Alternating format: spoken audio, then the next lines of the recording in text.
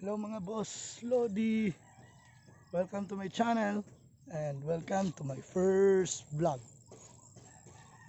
So first vlog ko ito na ako ang may gawa. Kasi basically may isang vlog na ako pero hindi ako yung may gawa. Yung napasama lang ako ba? Ano ba to? So walang script to guys. Walang edit. Kung ano yung nakita nyo, ano yung panood nyo, siya na yung original video. So sa ngayon naghanap muna ako ng pwesto na medyo walang tao kasi naiilang tayo ba. First time kasi. So andito tayo ngayon sa Barangay Masule, Batu, Camarines Sur. Kung saan kung makikita nyo yung background ko, yan yung hinagupit ni Bagyong Quinta at saka ni Bagyong Rolly mga boss. Dami yan oh.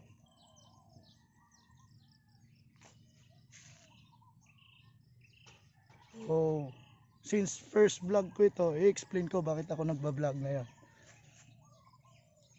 So yung lingkod ninyo ay naka-bakasyon. Oo, tama yung narinig nyo, naka-rest and recreation ako ngayon. So ito yung recreation activity ko. So magba-vlog tayo sa loob ng isang linggo. So nalaman natin mga kaibigan na approve pala yung request ko ng vacation noong October 30. So dapat nakaplano ako na pumunta sa girlfriend ko sa Rizal. Sa Rizal. Parang ang daming girlfriend ano, isa lang. So pag napapanood mo ito ngayon, pasensya ka na love. Hindi ako natuloy kasi biglang humagupit si Bagyong Rolly. So nung humagupit si Bagyong Rolly nung November 1, nag-change ako ng lugar na uuwian. So naisip ko na umuwi na lang sa aking foster family sa Albay, sa Pulangi, Albay, para at least makita ko yung sitwasyon at makatulong man lang sa aking foster families. So nagbiyahe tayo kahapon ano. So sa kasamaang palad nagkaroon ng aberya, kaya andito ako ngayon sa Bato. So nag stop over muna ako dito, ako natulog. May tropa tayo dito, pinatuloy na ako sa kanyang bahay. At kung makikita nyo, ganito ang itsura sa neighborhood nila. So yan. So naghanap lang kasi ako ng pwesto kasi hindi ako makapagsimula at medyo naiilang ako kasi first timer.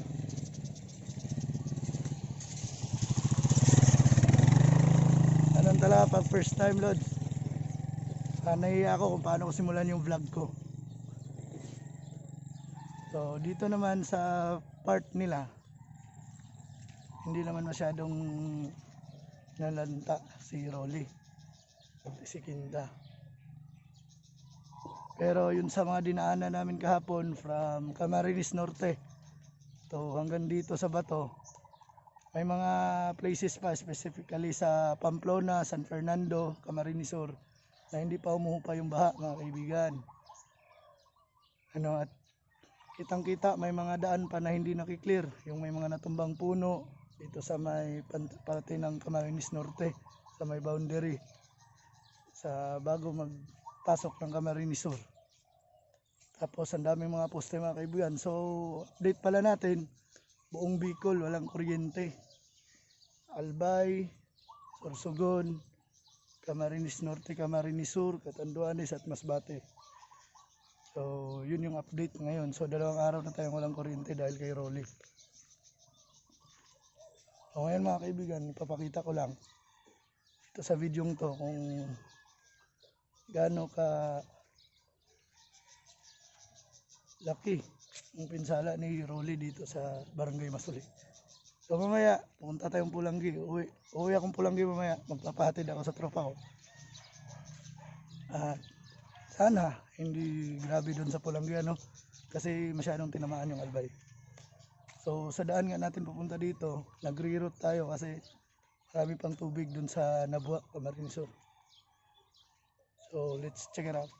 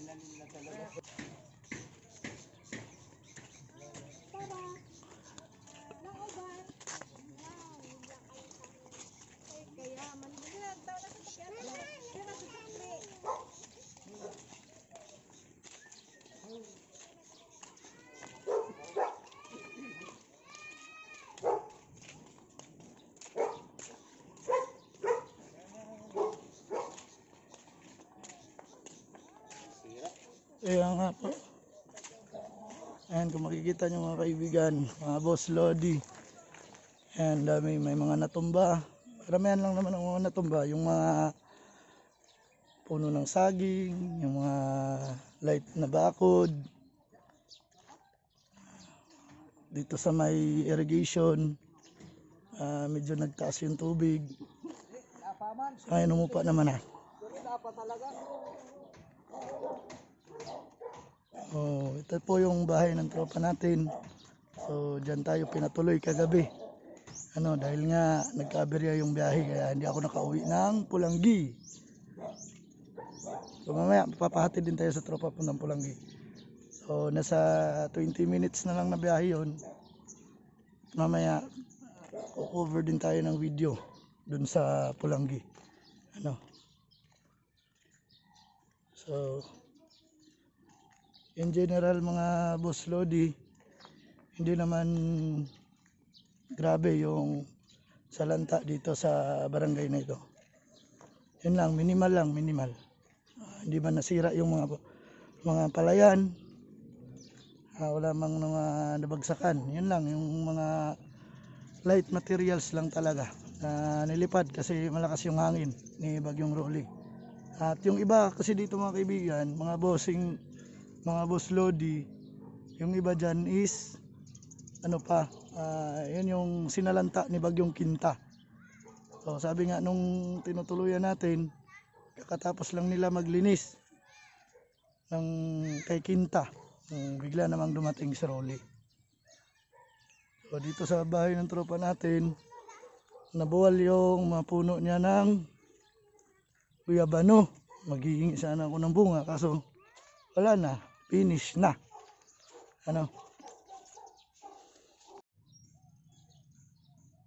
So yun na nga mga boss Lodi. So samahan nyo ako. So supposed to be day 2 ito ng rest and recreation ko, pero since yung day 1 ko is biyahe, ito yung day 1 natin. So dito ko i-google yung bakasyon ko sa pagbablog. Yun yung recreation natin sa ngayon. So yun yung tropa natin kasama yung bunso niyang anak. Pete, harap ka. Kilala ka. Magbablog ako sa YouTube. Yan yung bunso niya, mga kaibigan. Hello. Like father, like son. Copy paste ng tropa ko. So ito yung nagpatuloy sa atin kasi hindi tayo nakatuloy ng Pulangi at nagka-aberya sa biyahe. Yun na yan. Malas talaga. Puro flat. Marami daw siyang marami pa siyang lilinisin Dami. dahil sa bagyo. Isang linggo ay wala was out yan sa akin. Yan naman yung panganay niyang babae at pangalawang anak. Tambay-tambay muna tayo at babalikan niya pa yung motor niya kasi nasira, andun sa pili. Baka wala na siyang balikan mga boss at baka ninakaw na doon. Ano yan? Katabi ng landbank. Papulpul bagay ka no. Mainit na mamaya papalis na mamaya. So papasok na tayo sa bahay. Prepare na tayo kasi uwi na tayo maya.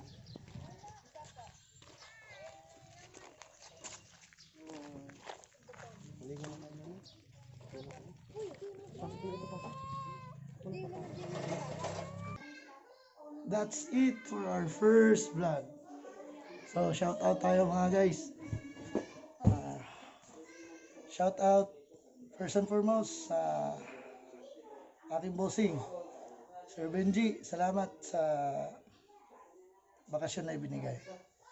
Shout out sa mga katrabaho ko dyan, sa mga Alab Troopers, kay Miss Reyna, kay Miss Doris, kay Sir Richard, kay Sir Jumi, kay Sir Jumloyd, kay Sir Dominic, kay Sir Bryle, kay Sir Aliado, kay Boss Kirby, kay